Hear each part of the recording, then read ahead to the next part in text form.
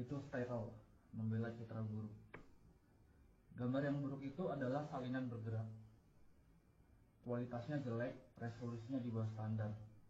Saat dipercepat, kualitasnya memburuk. Itu adalah bayangan gambar, pratinjau, gambar bini, ide yang keliru, gambar keliling yang didistribusikan secara gratis, diperas melalui koneksi digital yang lambat, dikompresi, direproduksi, dirobek, diremix, serta disalin dan ditempel ke saluran distribusi lain. Citra berkualitas rendah adalah kain lusuh atau sobekan sebuah AVI atau JPEG. Kaum proletar rendahan dalam masyarakat kelas penampilan yang diberi peringkat dan dinilai berdasarkan resolusinya. Citra berkualitas rendah telah diunggah, diunduh, dibagikan, diformat ulang, dan diedit ulang. Ini mengubah kualitas jadi aksesibilitas, nilai pameran jadi nilai kultus, film jadi klip, kontemplasi jadi gangguan. Citra tersebut dibebaskan dari berangkas bioskop dan arsip dan didorong ke dalam ketidakpastian digital dengan mengorbankan substansinya sendiri. Citra berkualitas rendah cenderung ke arah abstraksi. Dia adalah ide visual dalam proses pembentukannya. Citra buruk tersebut merupakan generasi kelima yang ilegal, gambar asli yang terdistorsi. Silsilahnya meragukan, nama filenya sengaja salah ijazah. Seringkali gambar ini melanggar warisan budaya, budaya nasional, atau bahkan hak cipta. Gambar ini diwariskan sebagai umpan, jebakan, indeks, atau sebagai pengingat akan bentuk visualnya di masa lalu. Gambar ini mengejek janji-janji teknologi digital. Tidak hanya seringkali terdegradasi hingga hanya menjadi buram yang terburu-buru.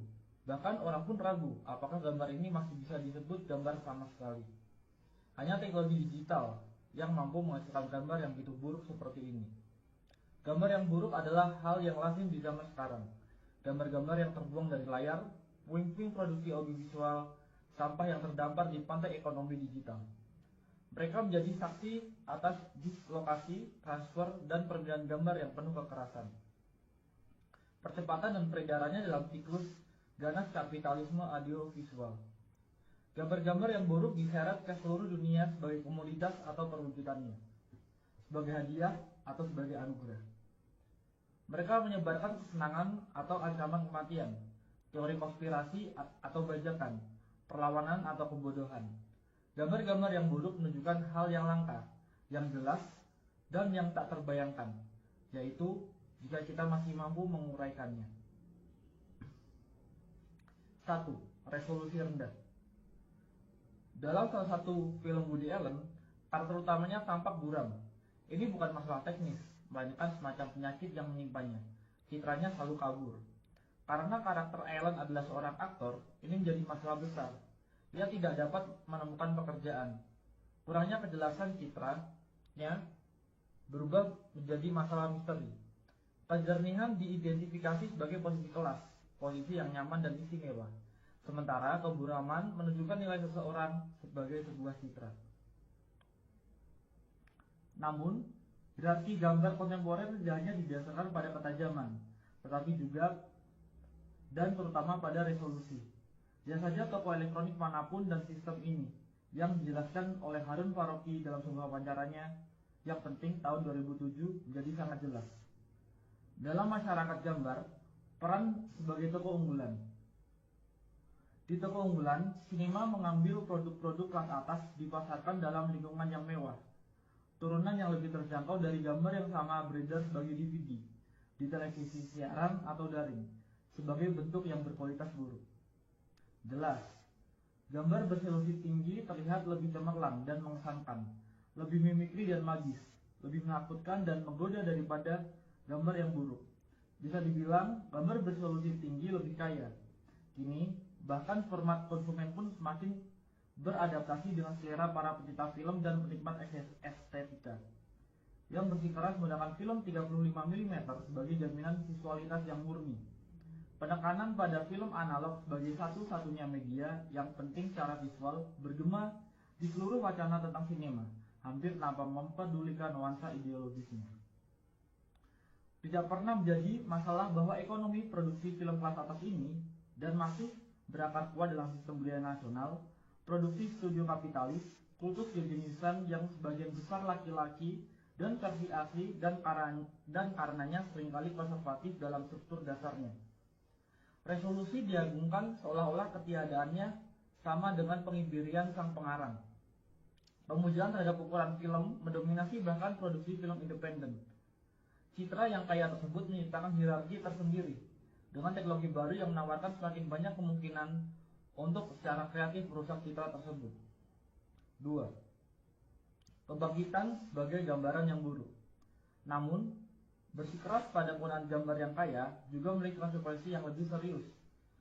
Seorang pembicara dalam konferensi esai film baru-baru ini menolak untuk menampilkan cuplikan dari karya Humphrey Jennings karena tidak tersedia proyektor film yang memadai. Meskipun pembicara memiliki pemutar DVD dan proyektor video standar, para hadirin dibiarkan membayangkan seperti apa tampilan gambar-gambar tersebut. Dalam kasus ini, ketidakjelasan gambar tersebut disebabkan oleh kurang lebih bersifat sukarela dan berdasarkan premis estetika. Tetapi hal ini menjadi padanan yang jauh lebih umum berdasarkan konsekuensi kebijakan neoliberal. 20 atau bahkan 30 tahun yang lalu, restrukturasi neoliberal, produksi media mulai perlahan-lahan mengaburkan citra non-komersial, hingga pada titik di mana sinema eksperimental dan esai hampir tidak terlihat. Karena jadi sangat mahal, biaya untuk terus memutar karya-karya ini di bioskop sangat mahal, sehingga dianggap terlalu marginal untuk ditayangkan di televisi. Dengan demikian, karya-karya tersebut perlahan menghilang bukan hanya dari bioskop, tetapi juga dari ruang publik.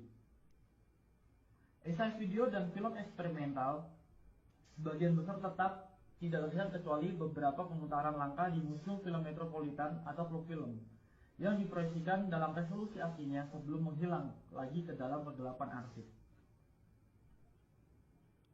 Perkembangan ini tentu saja terkait dengan radikalisasi neoliberal dari konsep budaya sebagai komoditas, komersialisasi sinema, penyebarannya ke bioskop multiplex, dan marginalisasi pembuat film independen. Hal ini juga terkait dengan restrukturasi industri media global dan pembentukan monopoli atas audiovisual di negara atau wilayah tertentu.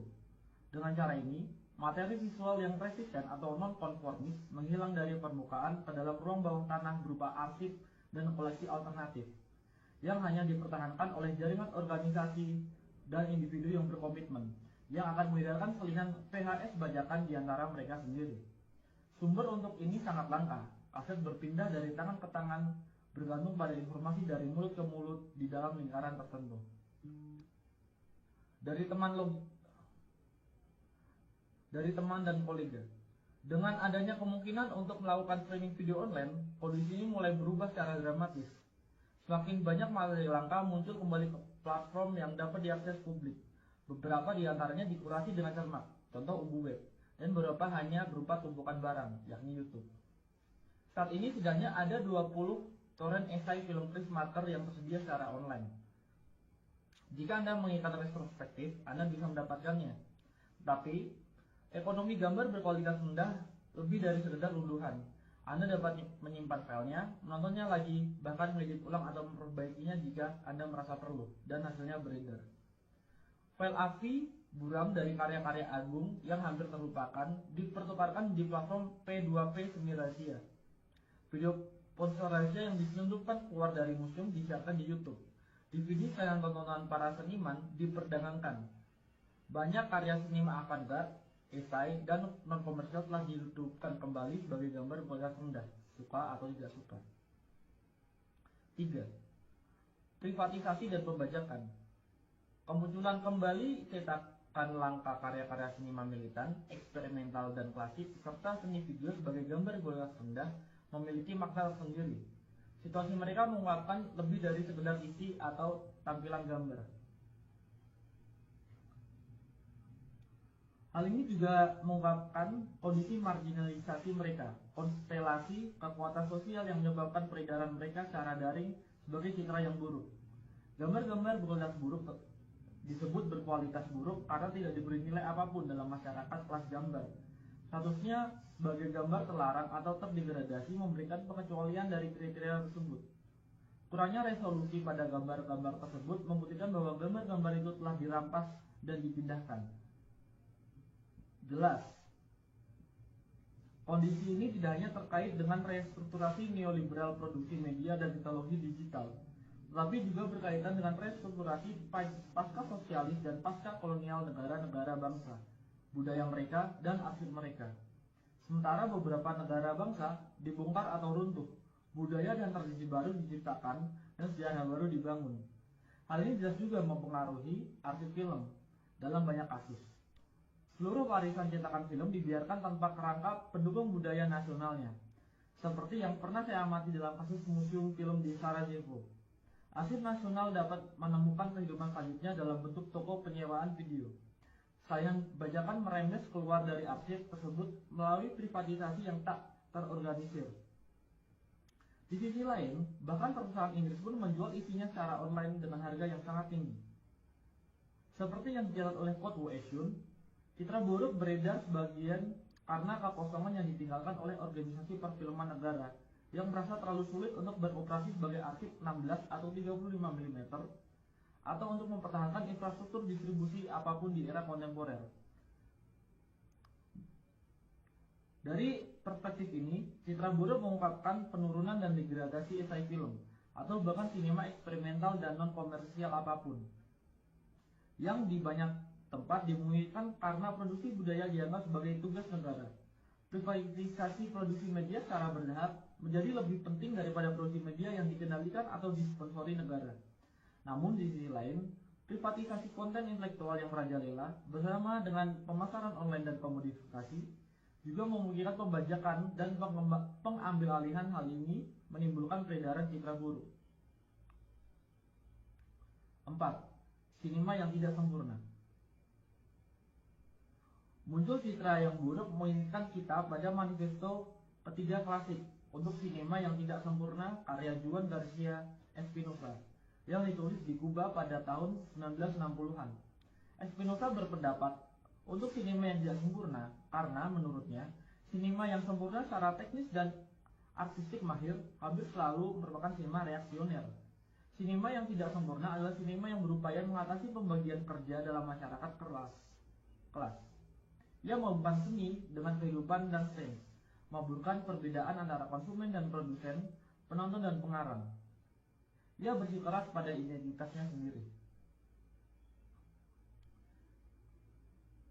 Ketidaksempurnaan populer tapi bukan konsumerisme dilakukan tanpa menjadi birokratis. Dalam manifestonya, Espinosa juga merefleksikan janji-janji media baru. Ia dengan jelas memprediksi bahwa perkembangan teknologi video akan membahayakan posisi elitis para pembuat film tradisional dan memungkinkan semacam produksi film massal, seni rakyat. Seperti ekonomi gambar yang buruk, sinema yang tidak sempurna mengurangi perbedaan antara penulis dan penonton serta menggabungkan kehidupan dan seni. Yang terpenting, visualitasnya sangat terkompromikan, buram, amatir, dan penuh artefak.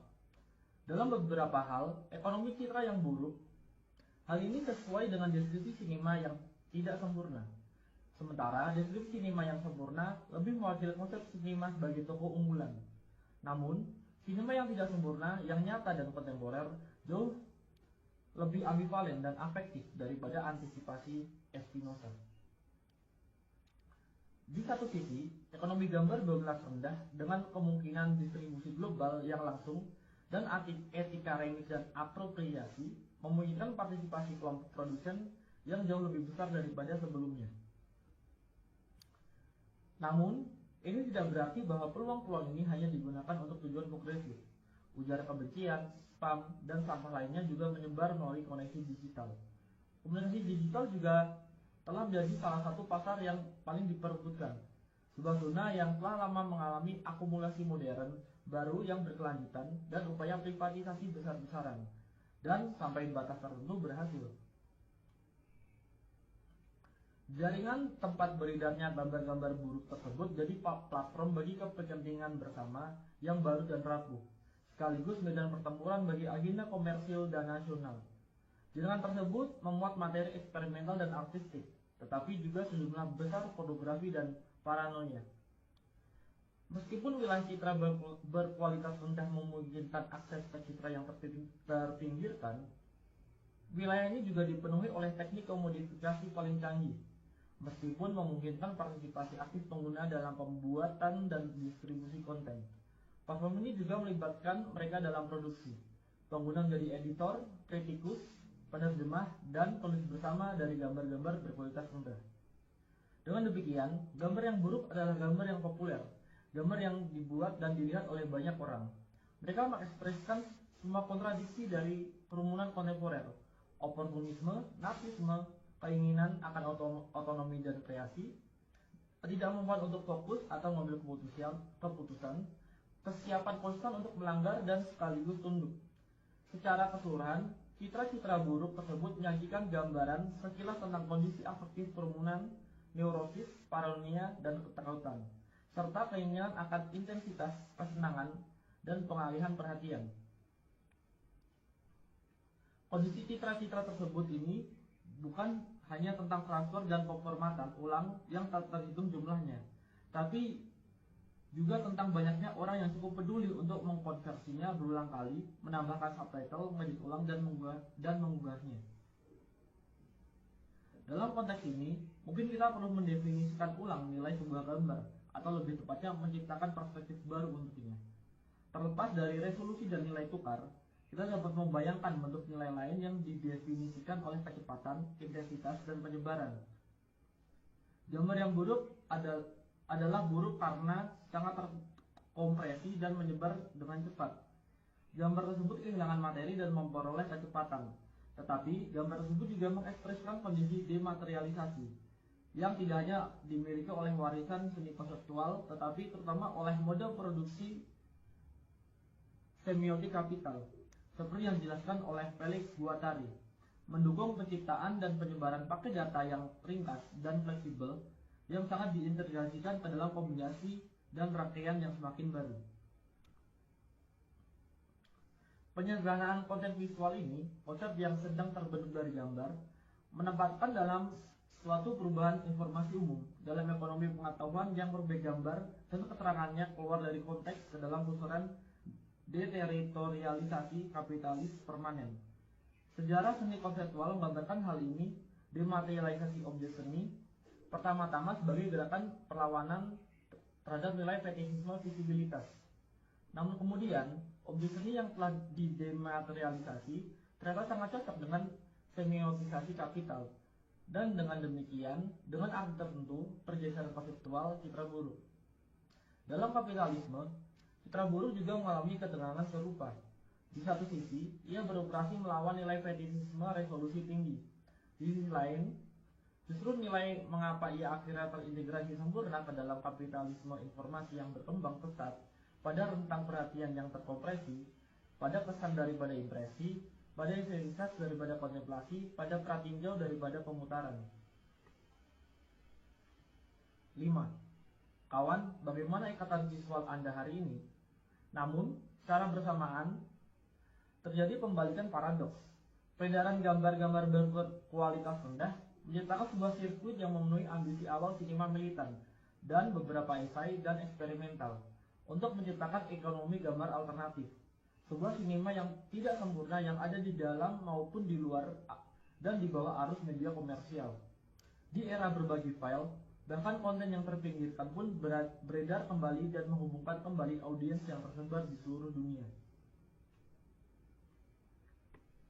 Citra buruk tersebut dengan demikian membangun anonimitas. Jaringan global menciptakan sejarah bersama, yang membangun aliansi saat menyebar, memicu menerjemahkan atau salah tafsir, dan menciptakan publik serta debat baru. Dengan kehilangan substansi visualnya, ia mendapatkan kembali sebagai kekuatan politiknya, dan menciptakan aura baru di sekitarnya. Aura ini tidak lagi didasarkan pada kekekalan asli, tetapi pada sifat sementara salinannya. Ia tidak lagi berlabuh ke dalam ruang publik klasik yang dimediasi dan didukung oleh kerangka negara bangsa atau korporasi, tetapi mengambang di permukaan kumpulan data yang sementara dan meragukan.